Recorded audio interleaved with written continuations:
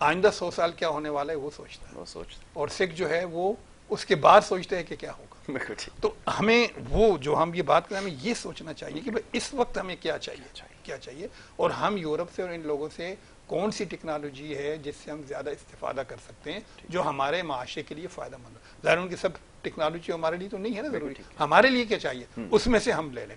تو یہ یقین جانیے کہ میں اکثر کہتا ہوں کہ یہ اس وقت وہ پوزیشن ہے کہ من و سلوہ ہے یہ.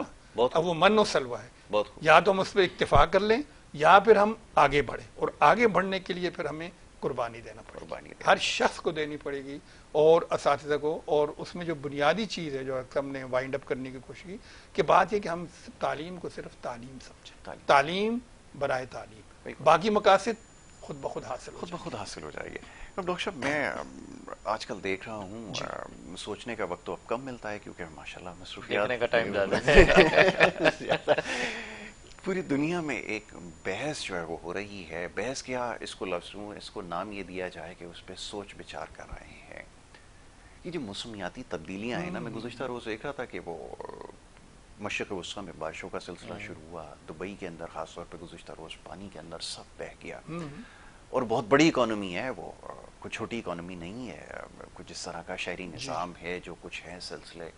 وہ گاڑیاں بھی زیر آب آ گئی ہیں، ان کی جو پراپرٹیز تھی ایئرپورٹ کے اندر پانی ہو گیا. اب وہ کیونکہ بیٹھ کے سوچتے ہیں کہ یہ جو موسمی تبدیلی ہوئی ہے غیر معمولی، یہ آنے والے وقت میں کتنا نقصان دے سکتی ہے. تو اس کے لیے پھر ہمیں انوائرمنٹل سائنٹسٹ چاہیے ہوں گے جو بیٹھ کر یہ بتائیں کہ فلانا وقت کے لیے اس طرح تیاری کی جائے. اور پاکستان اس کا سب سے زیادہ شکار رہا ہے. اور آنے والے وقتوں میں جو اب سب سے بڑا چیلنج ہے یہاں کے لوگوں کی بقا کے لیے وہ یہی موسمیاتی تبدیلیاں ہیں. لیکن الحمدللہ یہاں پہ آپ صورتحال دیکھ لیجئے، بجلی کی لوڈ شیڈنگ، آٹے کے کیا نرخ ہونے چاہیے، روٹی 16p ملے گی 20 روپے کی، ان چیزوں سے نہیں باہر آئے. یہی ہمارا وہ ہے. اب کیا کیا جائے ایسی صورت میں؟ کیونکہ اب بیٹھ کے سوچنا تو پڑے گا کسی نہ کسی کو، کیونکہ جتنے نقصانات ہوئے ہیں اس کا تو ہم تخمینہ بھی نہیں لگا سکے. یہ بھی ہماری بدقسمتی کہ آپ دیکھیں کہ جب یہ جاتے تھے پیسے مانگنے کے لیے، معاف کیجیے گا میں بڑے کھل کر بات کروں گا، جب پیسے مانگنے کے لیے جاتے تھے تو وہ ان سے پوچھتے تھے کہ نقصان کتنا ہوا، کم از کم یہی بتا دو. ان کو تو لوگوں کو شمار نہیں ہے، نقصان کا تخمینہ کیا لگائیں گے؟ تو یہ بڑا ہمارے لیے ایک مسئلہ ہے. آپ بتائیے اس سلسلے میں کیا کیا جائے اور ہم کیسے کریں جب ہم تو ایم بی ایس پیدا کرنے میں لگے ہیں اور چیزیں بیچنے والوں میں مشہور ہیں. یہ دیکھیں پرابلم وہی ہے، اسٹرکچرل فالٹس ہیں جی. اور اس اسٹرکچرل فالٹ کو ہم آج سے نہیں، میں نے تو اپنے بچپن سے آج تک کبھی نہیں سنا پاکستان کے حالات اچھے ہیں معذرت کے ساتھ. جی. تو اس میں ہم جتنا بھی بول رہے ہیں یا جو بھی ڈسکشن کر لیں اس میں لوگ ہماری بات کو یوں سنیں گے، یوں کر کے وائپ آف کر دیں گے.